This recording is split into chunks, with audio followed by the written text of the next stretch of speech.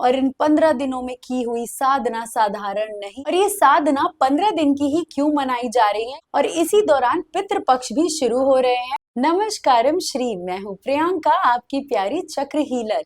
और आज हम बात करने वाले हैं एक बहुत ही पावरफुल पोर्टल की। तो ये पोर्टल सिर्फ और सिर्फ 15 दिनों का होता है और ये साल में सिर्फ एक बार ही आता है। और इस 15 दिनों में आप माता त्रिदेवियों की ऊर्जा की ब्लेसिंग्स को अपने जिंदगी में ला सकते हैं। तो ये 15 दिन का पोर्टल आपको महाकाली, महालक्ष्मी और महासरस्वती की ऊर्जा से एक साथ जोड़ सकता है। और इन 15 दिनों में की हुई साधना साधारण नहीं रहती, बल्कि कई गुना फल दे सकती है। तो आज मैं आपको बताने वाली हूँ कि इन 15 दिनों में आप क्या और कौन सी साधना कर सकते हैं ताकि आपको इन सभी की ब्लेसिंग्स और ऊर्जा प्राप्त हो सके। तो सबसे पहले जानते हैं कि इस 15 दिन की साधना से आप क्या क्या प्राप्त कर सकते हैं। तो आपको काली माँ की ऊर्जा, लक्ष्मी माँ का धन और सरस्वती माँ का वैभव और विजडम प्राप्त हो सकती है। और आपकी सारी मटीरियलिस्टिक प्रॉब्लम जो कि रिलेशनशिप, करियर, पैसे से जुड़ी हुई है, उसको भी आप बर्न कर सकते हैं। ये साधना आपके बुरे कर्मों का पश्चाताप बन सकता है और आपके पिछले जन्म के बुरे कर्मों को कम करने में भी मदद कर सकता है। और इसी दौरान पितृपक्ष भी शुरू हो रहे हैं, तो ये आपको पितृदोष हटाने में भी मदद कर सकता है, क्योंकि जहां माँ आपके साथ खड़ी हो तो हर मुश्किल आसान हो जाती है। और ये साधना 15 दिन की ही क्यों मनाई जा रही है, क्योंकि हमारी 15 तिथियां हैं, 15 ऊर्जा के स्तर है और हर एक दिन हम अपने भीतर एक गांठ खोल सकते हैं जो इन्हीं 15 दिनों में 7 चक्र और 5 तत्वों को संतुलित करने में यानी बैलेंस करने में हमारी मदद कर सकता है। तो सबसे पहले साधना शुरू करने के लिए एक लाल कपड़ा बिछाकर उस पे थोड़ा चावल रख के आप माता की तस्वीर, मूर्त या फिर श्री यंत्र को स्थापित कर सकते हैं। और उसी के साथ जो भी आपका संकल्प है, जो भी आपकी इच्छाएं हैं, उसे एक सफेद कागज पर लाल पेन से लिखकर मोड़कर माता की तस्वीर, मूर्त या फिर श्री यंत्र के नीचे या सामने रख दीजिए। और उसके बाद अपनी ऊर्जा का प्रवाह शुरू करना है, जो कि होगा आपके मूलाधार चक्र से। तो पहले 3 दिन आपको अपने मूलाधार चक्र पे अपना ध्यान केंद्रित करते हुए माता को लाल फूल अर्पण करने हैं।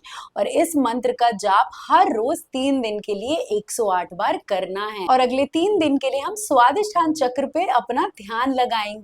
और ये जल तत्व से जुड़ा हुआ है, इसलिए आपको तांबे के पात्र यानी लोटे में जल रखकर उस पर साधना करनी है। और उसके लिए आपको ये मंत्र 108 बार अगले 3 दिन के लिए चैंट करना है। और फिर अगले 3 दिन के लिए हम मणिपुर चक्र पे ध्यान लगाकर अग्नि तत्व की साधना करेंगे। और इसलिए आपको अगले 3 दिन के लिए दिया रोज जलाना है और इस मंत्र का 108 बार जाप करना है। और फिर अगले केवल 2 दिन के लिए आपको अनाहता चक्र और वायु तत्व पे अपना ध्यान लगाना है और माता को रोज भोग, वो भी हरे तुलसी पत्ते के साथ लगाना है और क्षमा याचना मांगते हुए इस मंत्र का 108 बार जाप करना है। और फिर 12वें दिन बारी आती है आपके विशुद्धि चक्र यानी आकाश तत्व की। तो इस दिन आपको पूरे घर में धूनी देनी है और धूनी में क्या क्या डालना है वो मैंने यहाँ पे मेंशन कर दिया है। और धूनी देते हुए आपको इन 9 मंत्रों का लगातार जाप करना है। और फिर 13वें दिन बारी आती है आपके अजना चक्र यानी थर्ड आई चक्र की।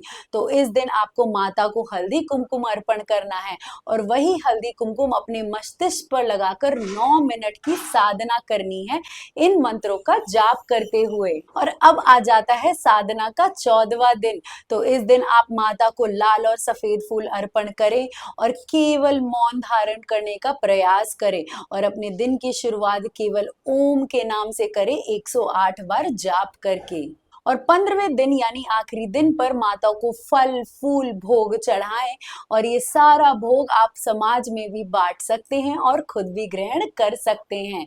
और इस दिन देवी की आरती, आराधना, भजन, जप तप रखे घर में और खुद भी करें, ताकि माता की वाइब्रेशन, माता की ऊर्जा आपके पूरे संसार और सराउंडिंग्स में फैल सके। और हमेशा याद रखिए कि ये 15 दिन आपको 15 अवसर देते हैं 15 बार साधना करने के। तो इस साधना को व्यर्थ में ना जाने दे और मैं आशा करती हूँ कि ये शक्ति पोर्टल आपकी साधना को बढ़ाए और आपके जीवन में सारे काम आपके सफल बनाए। और अगर ये साधना और ये रिचुअल आपकी जिंदगी में थोड़ा भी चेंज लेकर आता है तो मुझे कमेंट बॉक्स में ज़रूर आकर बताइएगा। और ये वीडियो अगर आपको थोड़ा भी पसंद आता है तो इसे लाइक, शेयर और सब्सक्राइब करना ना भूलें, ताकि ऐसे ही प्यारे रिचुअल्स आपकी साधना के लिए मैं आपके पास लेकर आती रहूं। नमस्कारम श्रीम।